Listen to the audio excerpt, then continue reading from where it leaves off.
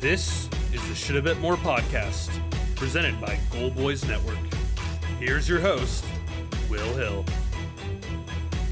Welcome to the Shoulda Bet More podcast, presented by Gold Boys. Coming up on the show, Jeff Parles of Sports by the Book will join us. We'll talk a little NFL, but mostly some baseball as these pennant races starting to get interesting in some situations where we didn't expect them to get interesting whatsoever. And that is really the Phillies and Dodgers play each other this week starting on Monday. And really, you went into Saturday, I think it was, where it's only a 5-game difference between Philly and Atlanta. It was 10 not that long ago. And before you can blink, it's 5. And the Braves had 2 more against the Marlins. Phillies had 2 tough games against the Mariners. But the Braves actually lose the final 2 games of that series. And Philly gets a split. Had a horrible loss Saturday night where they blew a 5-0 lead. But Wheeler throws a gem Sunday to stabilize things, give them some breathing room. They're still not out of the woods yet, because if you look at Philly, they have a really tough schedule coming up where at the Dodgers for 3, at Arizona for 4. That's their next 7 games. They get a bit of a breather with Miami and Washington, but then it's right back at it where they have Atlanta. They play Arizona again. They play at Kansas City, and they play the Astros. So probably still in good shape to win the division. As for the Dodgers, too, they won the final 2 against the A's. So both those teams probably stabilized, probably in good shape, but at least to the point where they're worth bringing up every day. And it's not just, hey, the Yankees and the Orioles, that pennant race and the wild card races. Those are at least worth monitoring now with how poorly they played. The Phillies and the Dodgers coming back to the pack with San Diego and Arizona playing well. Arizona had a really good win, a terrible loss on Sunday with Skeens leaving, or Skeens had a 4-0 lead. Last one it was 4-1, and the bullpen blows it. So that was a bad loss for Pittsburgh. But starting to see some more interest here in these pennant races, and I will mention now the Yankees and the Orioles. Don't want to just start every show with the Yankees and Orioles, but that is the premier pennant race. Kind of fitting that they're both 67 and 46. Yankees avoid what would have been a bad loss on Sunday against Toronto. Don't want to lose 2 or 3 at home to a team that's, whatever they are, 9-10 games under 500.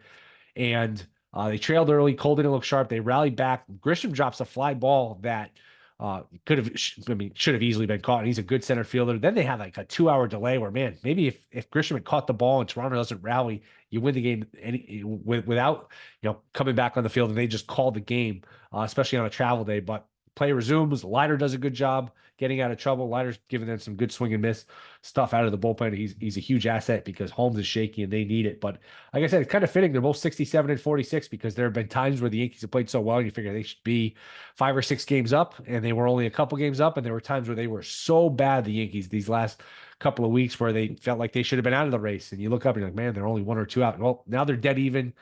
They both had peaks and valleys. It's a long season, and they are both 67 and 46 here as we come down the stretch, the final couple of months of the season. And the Yankee schedule in August is favorable. So I do think they will be able to, that'll be interesting when the calendar turns to September. I think they'll probably have like a 2-3 game lead, just because they should beat up on some of these lesser teams with the addition of Chisholm, with Stanton back, with the bullpen in a little better shape because of Leiter. So that's the AL East race. Quickly on the AL West, Mariners back in first place. I think we all kind of guilty of this. I'm guilty of this too, where once Houston caught Seattle, they erased that 10-game lead. I think it was June 19th, they were up 10, Seattle was, and by July 19th, it was even. We all kind of assumed Houston was just going to keep that going and pull away, and it hasn't been the case. And Houston's looked shaky, haven't hit at times. That rotation's not very good. I think Seattle might actually end up winning that division, where we all just kind of assumed it was Houston's division, not just to win, but that they would win it, going away here. And even Texas still only 5 back in the loss column. They have not played well. They've lost 7 of 10. Scherzer's back on the IL. Scherzer's always on the IL, but even they're still lurking. 5 back in the loss column. Now they're trailing 2 teams. They have to catch 2 teams, but 5 back in the loss is certainly doable with a couple of months left. So interesting races. Mets with an awful, I mentioned the Pirates with an awful loss. The Mets, you can't lose 2 out of 3 to the Angels and expect to be a playoff team. You just can't. They won the game Friday night. They trailed most of Saturday. Then JD Martinez hits a grand slam. You go up 4-2. You had 2 out, nobody on, and they let that game get away from them. They lose. Then they lose again on Sunday 3-2. That, if you miss the playoffs by a game or so, you're going to look back all off season at this sequence, at these two games, because those are games you need to win. You had to bank. I mean, you win 2 out of 3. Okay, you move on.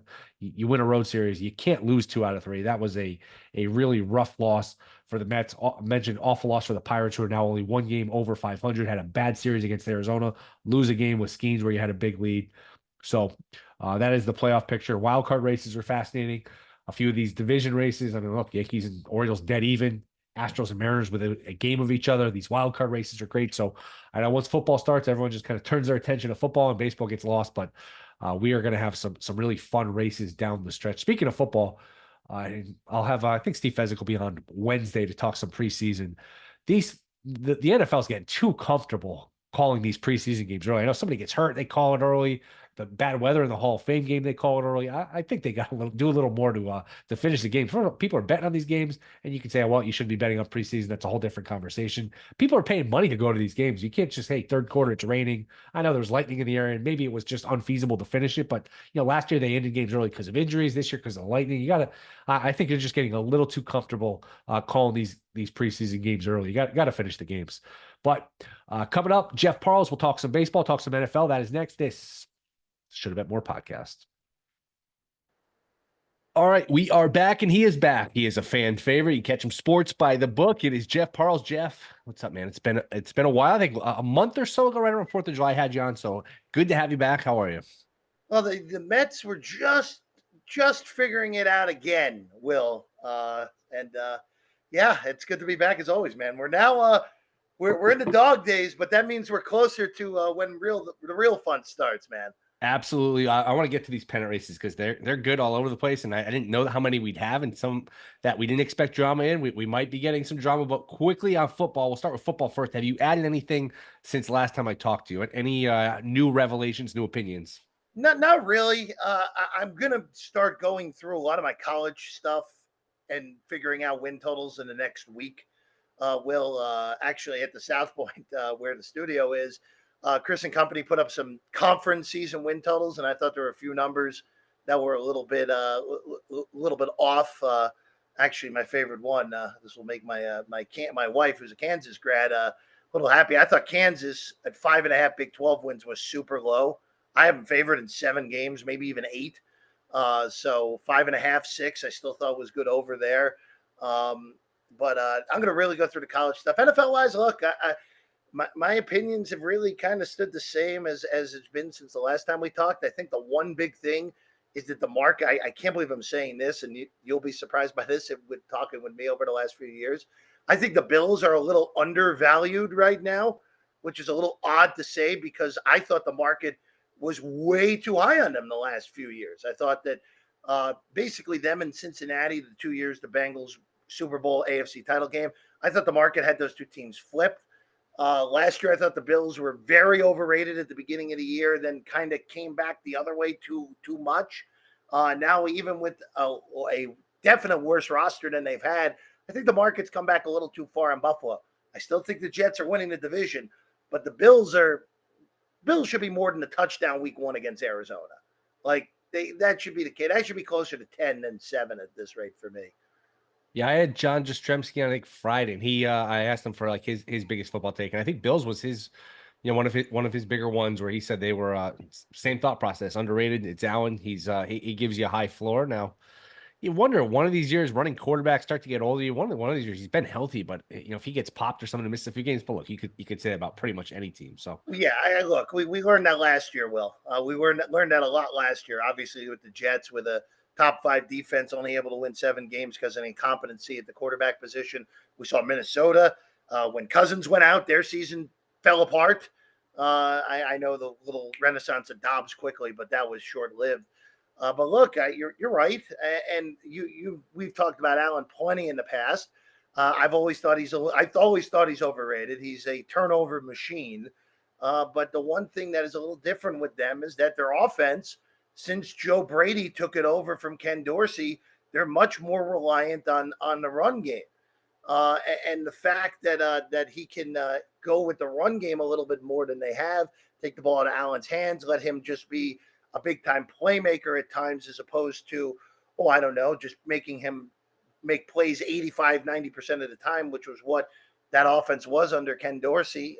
Balance it will help them. Again, I don't know if Buffalo's the Super Bowl contender like some say, but I think they're underrated at least week by week going into the season. They should be a favorite in Miami week 2, and they're not right now. Baseball. Yeah. Phillies, Dodgers. Either one of them in trouble. If one of them coughs up the division, who would it be? I don't really think the Dodgers are as good as a lot of people think. We've talked about this last time, I'm pretty sure, too. Lineup very top heavy. Very top heavy. Once you get past fifth in the lineup, when Mookie gets back, once you get past fifth in the lineup, they're very pedestrian. Picking up Flaherty was gigantic for them. They really needed starting pitching with all the injuries. And obviously, he was awesome in his first start on Saturday night. I just don't think the teams behind them. I know Arizona's playing out of their minds right now. I don't think the Diamondbacks are that good. I think they're playoff caliber, but I don't know if they can complete that massive comeback to win the division. Padres, the Padres kind of, with the way they did the deadline, they have kind of that 2014-15 Kansas City Royal thing going now. I agree. Where the back end of that bullpen, it's funny, obviously, you lose Hader in the offseason, you think, that bullpen's going to take a step back. Now with all the additions at the deadline, that bullpen's as good as anyone's bullpen. So you really only need 5-6 quality innings. They're, I think, actually a more dangerous playoff team than they are regular season-wise. Still think the Dodgers hold on. The Phillies, look, I think they're fortunate that the Braves are hurt. If the Braves are 100% healthy, this kind of has 2022 Mets vibes written all over it.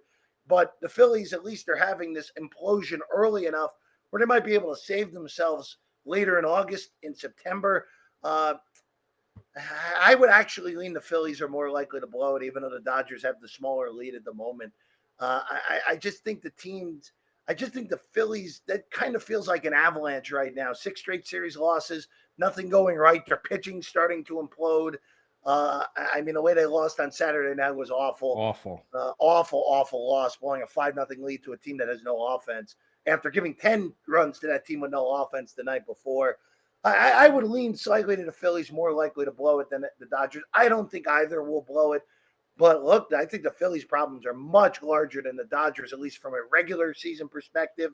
With that said, postseason-wise, I think the Phillies are much better off than the Dodgers are in a playoff perspective.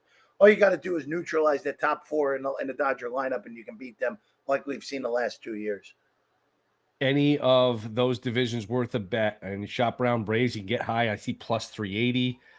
Let's see what we can get on the Padres, plus 950. Diamondbacks 17-1. Any of those numbers do it for you? If you're gonna play a number, I guess you'd play San Diego at nearly 10-1. What? Just for curiosity, what are the Mets at right now? I knew you were going to ask. I should have mentioned. I knew you were going to ask. I'm seeing 39-1 at FanDuel. Yeah, it's not good enough. Not good enough because they have to hop 2. But the Mets played Philly 7 times in the last 2 weeks. So, we've already seen that the other direction in the past with obviously the 7.5 and 18 games in 2007. I think of those numbers, San Diego probably the best of the bunch. But again, Atlanta only 380. That's a horrible price with all those injuries on Atlanta, and the fact that they're still 6 games out. 5.5 out, I should say. Entering 5 Sunday. as we talk now. Yeah, I still too many games to have that short of a price. Will. Yep, I tend to agree. Boy, I don't think Arizona's catching them. I agree. Probably the Padres at almost 10. Yeah, it's so weird with Arizona because, of course, they were in the World Series a year ago, but none of us really thought that was a legitimate run. That was just a fluke that got hot at the right time. Phillies choked those 2 games at home, up 3-2. We don't really think of all this high-powered playoff caliber team, but Arizona's got to be respected as that. 17-1 is a pretty wild price. Only 5.5 behind, or 5 behind the Dodgers entering Sunday's action. So who are your 6 teams in the National League? So we'll go Dodgers, Phillies, and Brewers. Milwaukee. Will, if these teams don't stop messing around, Milwaukee might end up with a 1 seed. As ridiculous as that is, they're just. They're just consistent. I don't know how good they really are, but every single time you think they're about to go into a lull, they rack off 5 out of 6. They rack off 6 out of 9. They're just a very consistent baseball team. And again, I think they will lose in the playoffs, but regular season wise, you gotta give them the credit for being consistent. So Brewers obviously win the Central. Uh, I'm looking for any angle to knock Atlanta out, but I think they've survived the swoon of disaster that it could have really snowballed if the Turned Mets. against the Mets, which is Yeah, fitting. look. If credit to Spencer Schwellenbach on that Saturday because he stopped the bleeding with that 11 strikeout performance. And then the Mets just couldn't hit with runners in scoring position, and the game got away from them on Sunday. I will go Atlanta, San Diego, and the Mets. All those teams. Arizona's obviously still alive. The Mets have a gigantic road trip. Not this one they're on, but later in the month they go 4 in San Diego and 3 in Arizona. Then they play 3 against the White Sox at the end of it. But those 7 games against San Diego and Arizona are going to tell the tale of who ends up with that final wild card. The Mets rattle off like a 2-5.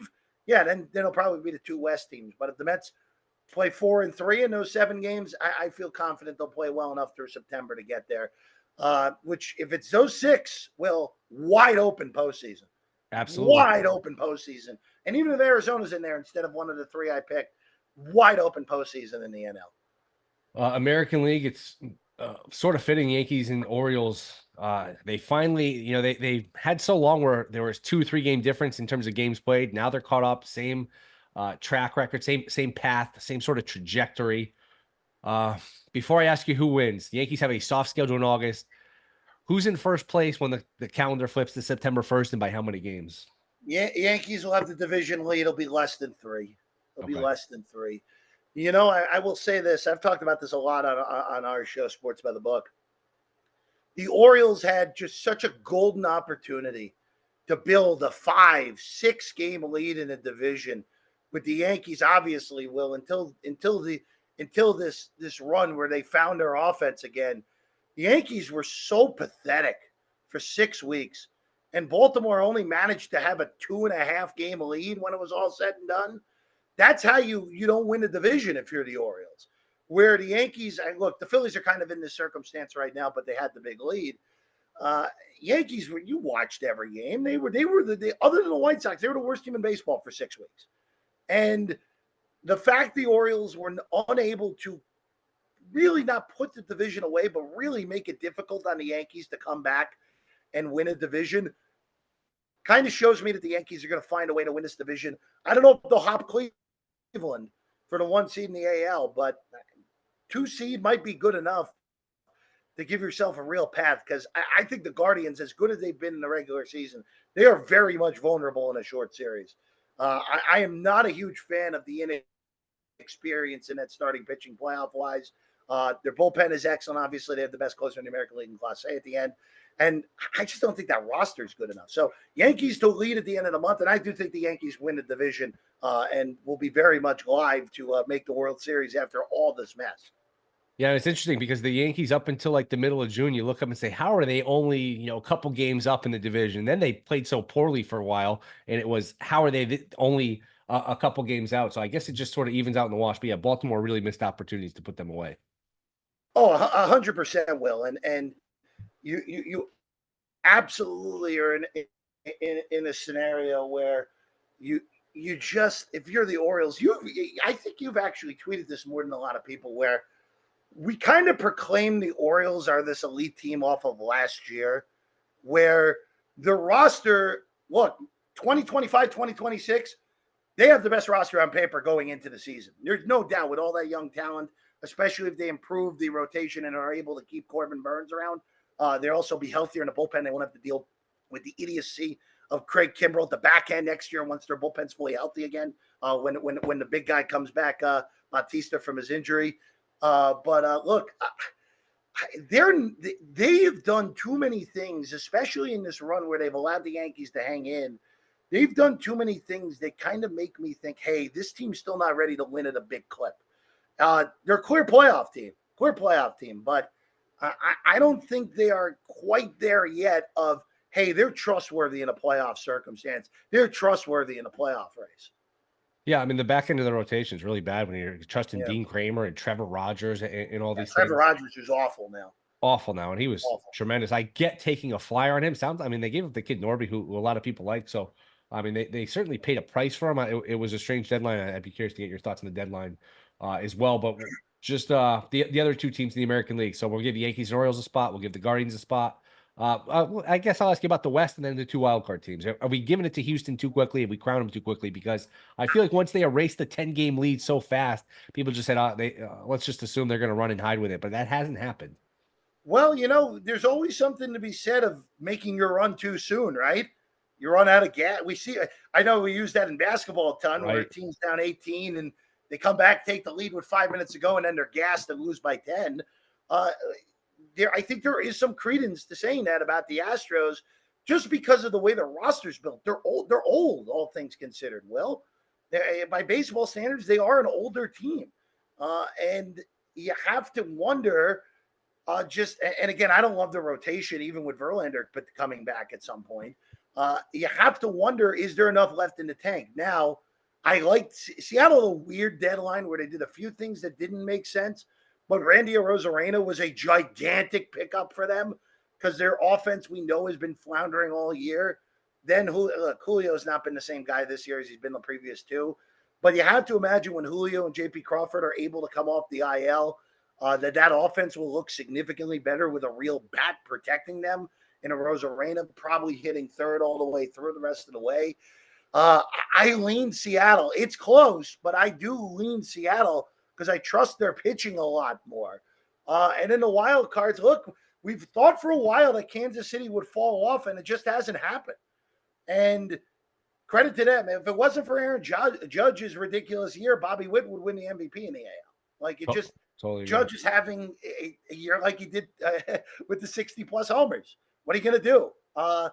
But I like Kansas City and Minnesota to hold up Boston. I just don't think in the end that Boston, their pitching will hold up long term. I really don't think it will. So I like Minnesota to be the 5 and Kansas City to be a 6, which Kansas City, Seattle would be a very interesting wild card series. Well, that would be fun. That would be weird. That would be fun. It would be a weird one. And that Minnesota does not want to see the Yankees in a wild card round. You know that. Minnesota is hoping that it's the Orioles that end up with the wild card, because if Minnesota draws the Yankees in the playoffs in any circumstance, you and I both know what will happen there.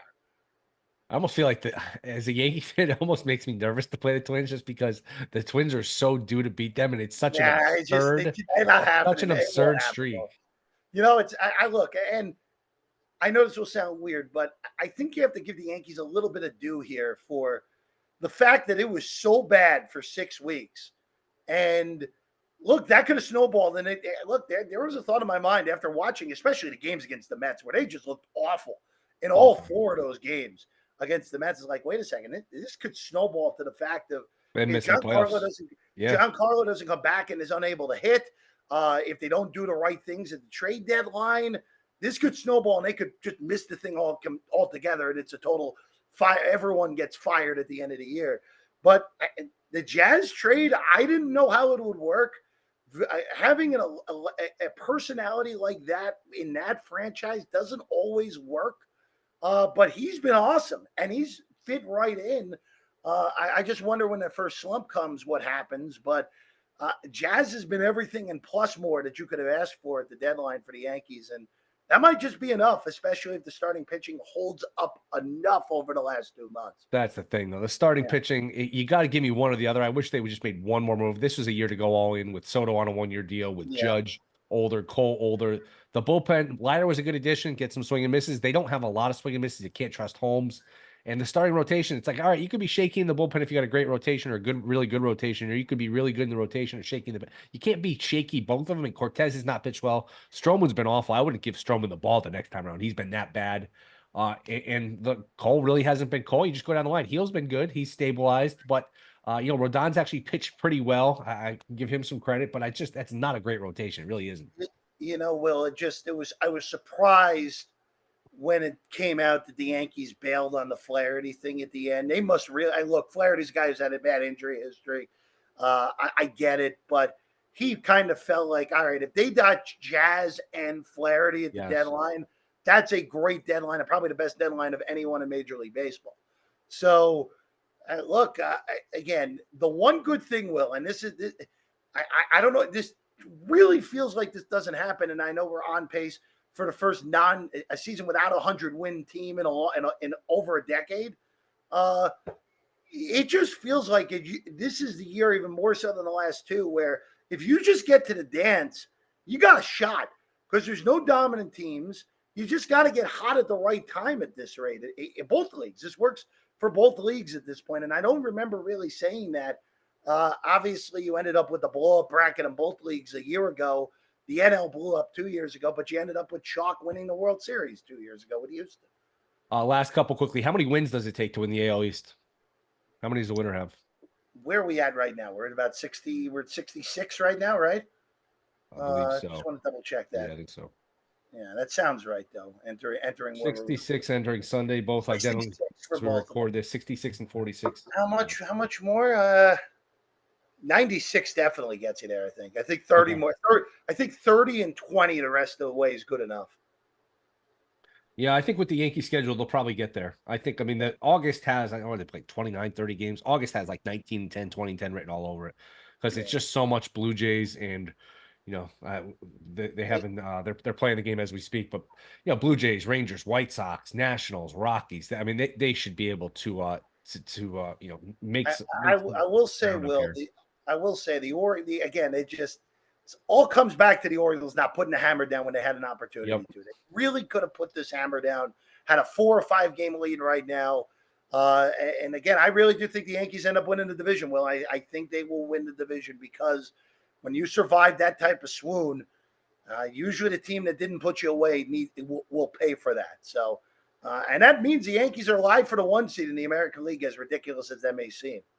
It really does seem ridiculous. Anything Olympics? I'm sure you guys have to cover it. I can't get into it. I've watched a little of the basketball, pretty much nothing else. How about you? Watch some of the swimming, watch the track and field, early stuff as well. You betting any of it? Not really. I've been very quiet. I took some Olympic basketball in those first few games because the numbers were still kind of off. Where, again, there were some women's numbers that were off. South Sudan was totally undervalued the whole way, even though they didn't cover against Serbia. I got them as an underdog against Puerto Rico when they closed a 3.5-point favorite and covered that number. The number against the U.S. the second go-around was way too big. But now that we're deeper into the tournament and the bookmakers are a lot more solid on those numbers, it's very hard to find value in either of the basketballs at this point. What are we? We know the quarters, right? For the for U.S. plays Brazil. Okay. I think basically they play the worst of the 8 teams that is left. Germany, Greece, Serbia, Australia, France, Canada. Anything there? Well, not really. France has disappointed me. They should have lost to Japan, and then they got whacked by Germany. Horrible guard play. Yeah, guard play is awful. Looking at the numbers, there's really nothing. Maybe I would take 7.5 with France against Canada. That seems a little steep. Again, home court at least I think plays a little bit of a role. U.S. is 27.5 against Brazil. That seems about right. I will say the next matchup against Serbia, because the way the bracket went, even though they were in the same group, the winner of Serbia, Australia will play the U.S. in the semis. I don't think a third time against Serbia is a great draw. The second matchup, even though the U.S. won by 26, when Jokic was on the court, it was even, legitimately even. Serbia was just minus 26 in the 10.5 minutes without Jokic. I just wonder if that's a little more difficult than people are giving that credit for, seeing a team 3 times in 2.5 weeks when it's all said and done, including that exhibition. Jeff, appreciate it, man. Let everyone know where they can find you. Yeah, of course. At Jeff Parles on the tweets, South Point Studio, where you can find us. Sports by the Book is right now Tuesday through Saturday, noon Eastern time. That time will be changing when we get to the months of September, because we got to be on closer to those NFL games starting, Will. All right, man. Always fun. Appreciate a few minutes. We'll catch up here down the road, I'm sure. Oh, I'm sure we'll have something, some sort of thing later in the month when we're right on the cusp of football beginning, my man. All right, that will do it. Thank you to Jeff Parles. We'll be back Wednesday. Get ready for football, more baseball as we get closer and closer to the start of football. Rate, review, subscribe. See you then.